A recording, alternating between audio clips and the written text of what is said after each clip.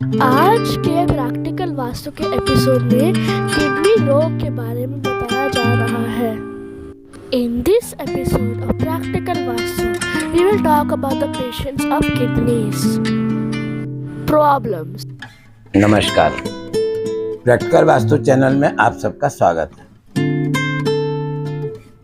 हम आज आपको कुछ ऐसे दोष के विषय में बताएंगे जो कि आपके रोग को प्रभावित करते हैं, और अगले कुछ वीडियो में भी मैं यही बनाने जा रहा हूँ कि किस तरह की समस्याएं होने पर किस तरह के रोग होते रहते हैं या परेशानियां होती रहती हैं। आप सब हमारे चैनल से जुड़े रहिए, इसको सब्सक्राइब कीजिए, लाइक कीजिए, शेयर कीजिए, और अगर आपको कोई समस्या है तो उसके बारे में हमसे आप कमेंट सेक्शन में बात कीजिए, ताकि हम आपके सब समस्याओं के आधार पर वीडियो बना करके आपके सामने ला सकें और उससे सभी लोग को फायदा हो सके।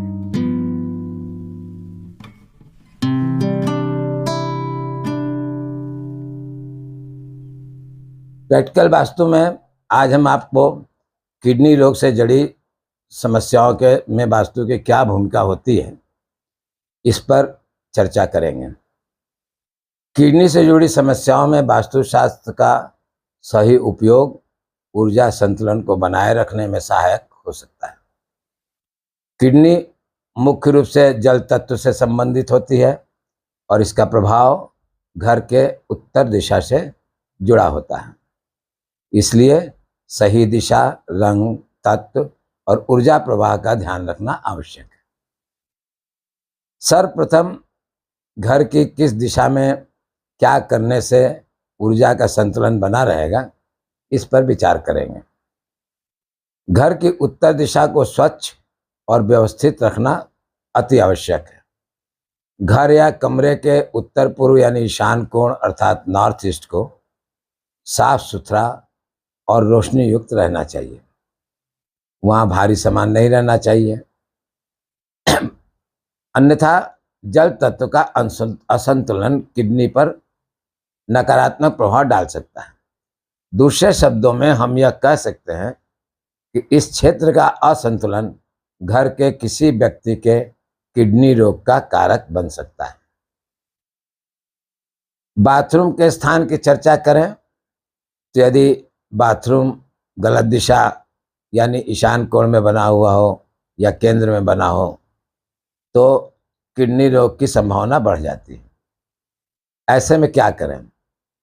ऐसा होने पर तोड़फोड़ तो जब करना हो तब कीजिएगा, लेकिन तब तक वहाँ सी सॉल्ट यानी सामान्य नमक, जो नमक घर में उपयोग में लाया जाता है, उसे 4-5 चम्मच पोछा के पानी में मिला दीजिए और उससे वहाँ पर नियमित पोछा लगाइए। उसका वास्तु दोष संतुलन में रहेगा।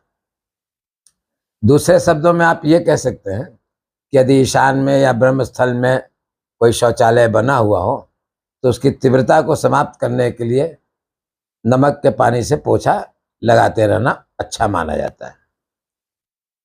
अब आगे बढ़ते हैं। अगर किचन और बाथरूम के बीच में तालमेल ना हो यानी किचन जो अग्नि तत्व है, बाथरूम जो जल तत्व है, साथ में होने पर भी किडनी की समस्याएं बढ़ सकती हैं। और यदि ऐसा है तो इसके बीच में एक लकड़ी का दरवाज़ा जिसमें चौखट लगा हुआ हो या हरा पर्दा लगा में, इससे भी उसकी नकारात्मक को कम किया जा सकता है, नेगेटिव पावर को कम किया जा सकता है। किडनी रोगी के बेडरूम से जुड़ी वास्तु पर भी ध्यान देना जरूरी है। अब इसमें आपको क्या करना है? मरीज के सोने की दिशा पर ध्यान देना है, उसको ठीक कीजिए। किडनी रोगी के सोने की सही दिशा की बात करें तो किडनी रोगी का सिर दक्षिण या पूर्व दिशा में होना चाहिए। उत्तर या पश्चिम दिशा में सिर करके सोना उचित नहीं है, उससे समस्या बढ़ सकती है। वैसे यह सोने वाला नियम तो सब जगह लागू होता है। स्वस्थ रहने के लिए सोने की दिशा पर विशेष ध्यान देना चाहिए। बेड के नीचे सफाई रहना चाहिए। बिस्तर के नीचे फालतू सामान रखने से ऊर्जा प्रवाह अवरुद्ध होता है, जो रोगी की सेहत पर प्रतिकूल असर डाल सकता है, यानी ये उचित नहीं है। लकड़ी का बेड इस्तेमाल करना चाहिए। धातु का बेड एनर्जी को डिसबैलेंस कर सकता है, जिससे रोगी की बीमारी बढ़ सकती है। अब आते हैं किडनी के स्वास्थ्य के लिए रंग पर भी ध्यान देना जरूरी है। रंग का भी बहुत प्रभाव पड़ता है। नीले और हरे रंग को प्राथमिकता देना चाहिए। किडनी स्वास्थ्य में सुधार के लिए रोगी के कमरे में हल्का नीला या हल्का हरा रंग करवाना फायदेमंद रहता है। काले और गहरे लाल रंग से बचना चाहिए। ये रंग जल तत्व को असंतुलित कर सकते हैं। इससे किडनी की समस्या और बढ़ सकती है, यानी इस रंग का उपयोग आपको नहीं करना है। अब हम किडनी को मजबूत करने के लिए कुछ फेंग शुई के टिप्स बता रहे हैं, ध्यान से सुनिएगा। घर के उत्तर दिशा में पानी से जुड़े तत्व लगाएं, यानी पानी से जुड़ी कोई पेंटिंग हो, छोटा वाटर फाउंटेन हो या एक्वेरियम हो, इसको रख देने से शुभ असर पड़ता है, कुछ पॉजिटिव एनर्जी मिलने लगती है। रोगी के कमरे में काले ट्यूबलाइंस या क्वार्ट्स क्रिस्टल रखने से भी ऊर्जा का संतुलन बना रहता है। 6 रॉड वाली मेटल विंड चाइम को भी कमरे में लगाकर लाभ प्राप्त किया जा सकता है। अब हम कुछ टोटके की भी चर्चा कर लेते हैं। गंगा जल और तुलसी का प्रयोग करने से रोगी को बहुत आराम मिलता है। कुछ बहुत गंगा जल का रोज पिलाते रहना चाहिए। तुलसी का पत्ता का सेवन कराना चाहिए।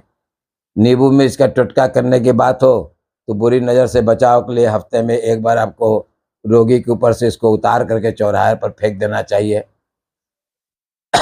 रोग नाशक दीप का भी आप प्रयोग कर सकते हैं। प्रतिदिन सरसों या तिल के तेल का दीप जलाकर महामृत्युंजय मंत्र का जाप कीजिए।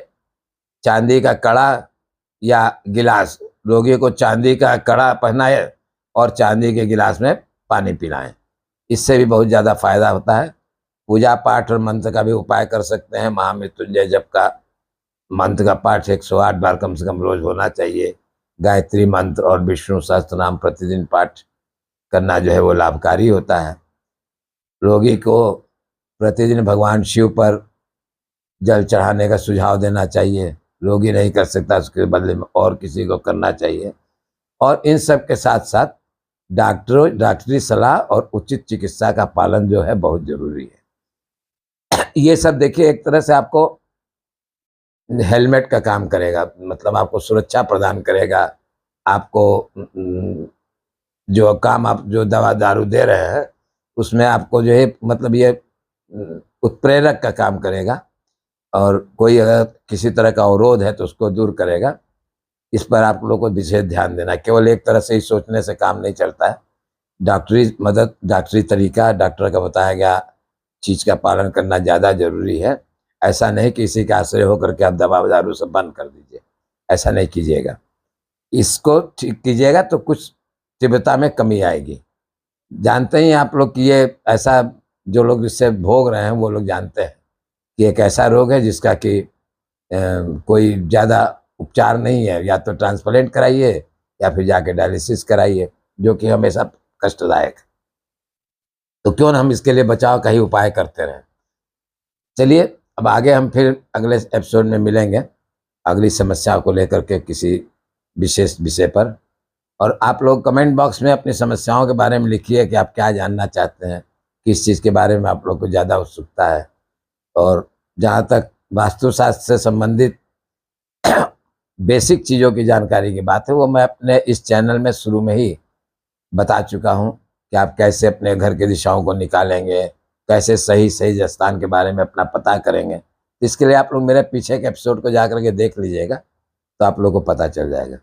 हाँ, एक निवेदन और है, अगर आपको अच्छा लगता है तो आप इस चैनल को सब्सक्राइब भी कीजिए, लाइक कीजिए, शेयर कीजिए। मिलते हैं अगले एपिसोड में। नमस्कार। वास्तु को देखने के लिए धन्यवाद। Thank you for subscribing to Practical Vastu. We will meet you in the next video.